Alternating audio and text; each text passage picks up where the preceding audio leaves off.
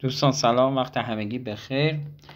ببینید، در مورد ویزای کارگر ساختمانی کانادا ما امروز براتون دارم یک ویدیو میسازم. ببینید عزیزان، کارگر ساختمانی، نه چیز دیگه.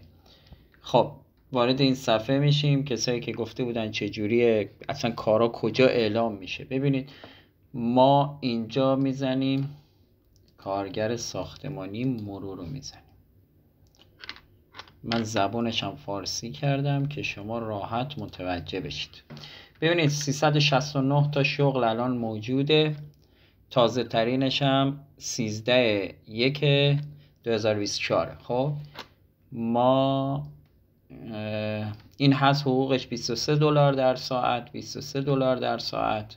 کارگر ساختمانی $23. ببینید قیمت ها همیناست. خب مثلا الان یکی رو براتون باز میکنیم، اینجا اینو باز میکنیم $27.5.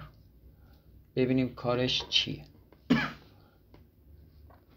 دوستان نگاه کنید، اینجا همه چیز رو نوشته که چی لازم داره، چی هست. خب 12 ژانویه 2024 توسط پایه قوی ساخت و ساز چیز شده، آپدیت شده، یعنی کارگر میخوان. خب الان جای خالی 3 نفر دارن. بعد ساعت 30 تا 40 ساعت در هفته باید کار کنین. مدت قراردادم تا سال 2027، یعنی 8/4/2027 تمام وقته، یعنی کاری نیست که نصف نیمه وقت و اینا باشه. ببینید عزیز، کسایی که میخواین ثبت نام کنین باید اینا رو بدونید، اینا رو داشته باشید. خب مزایایی که برای شما داره، بیمه سلامتی داره، مالی داره و بقیه مزایاها. خب بعد تایید شدم هست از طرف دولت کانادا و بانک کار. زبانایی که لازم داره، زبان انگلیسی یا فرانسوی. انگلیسی در حدی که بتونید مثلا اونجا صحبت کنید. خب تحصیلات، گواهی پایان تحصیلات متوسطه دبیرستان یا تجربه معادل آن. تجربه کمتر از 7 ماه، 1 ماه تا 7 ماه. شغل سبز، کارفرما اظهار داشته که این شغل سبز است زیرا موقعیت به مهارت‌ها یا دانش محیطی تخصصی نیاز دارد. خب محیط کار بیرون از خونه، ببینید اینا همش هست. خب این الان گواهی پایان تحصیلات میخواد. یه کار دیگه براتون باز میکنیم، کارهایی هست که اصلا سوادم نمیخواد، نیازی نیست، فقط تجربه.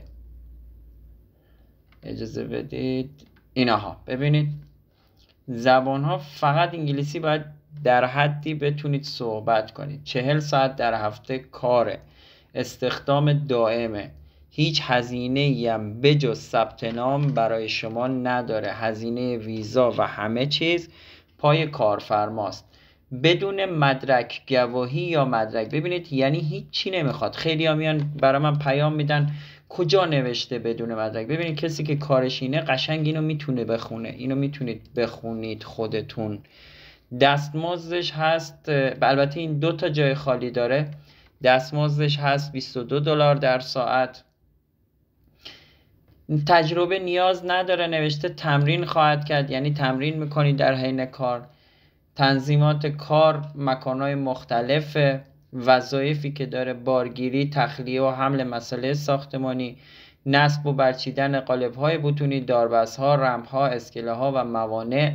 مواد را مخلوط کرده، ریخته و پخش، مثل همون ملات درست کردن. یا جایی که چیز کردن باید تمیزکاری رو جمع کنید، نشت مواد شیمیایی، سایر آلاینده ها رو باید تمیز کنید. جایی که آشغال ریخته یا مواد شیمیایی ریخته. جایی که کار تمام میشه باید سنگا و اینا رو جمع کنید. دقیقاً کار ساختمون، کارگر ساختمانی خودمونه. خب اطلاعات تکمیلی هم که بررسی سوابق کیفری رو حتما میخواد. حتما اگه خودتون میتونید درست کنید درست کنید، اگه نمیتونید یه هزینه میگیرن براتون درست میکنن. ما هم کسی رو داریم که براتون درست کنه. شرایط توانایی یا کار فیزیکی داشته باشید، یعنی کسی نباشه که بالای 50 یا 50 سالش باشه. محیطش پر سر صدا، وظایفش تکراریه، جابجایی بار سنگینه. از نظر جسمی باید سالم باشید، یعنی بتونید اینا رو انجام بدید. انعطاف پذیر باشید، قابل اطمینان، تمام. یعنی تیمی کار کنید. اگه کسی بود که این جور کارا رو میخواد به من پیام بده، چون الان از تقریبا 5 روز پیش دوباره این برای بین الملل باز شده، یعنی برای افغانان میتونید وارد بشید.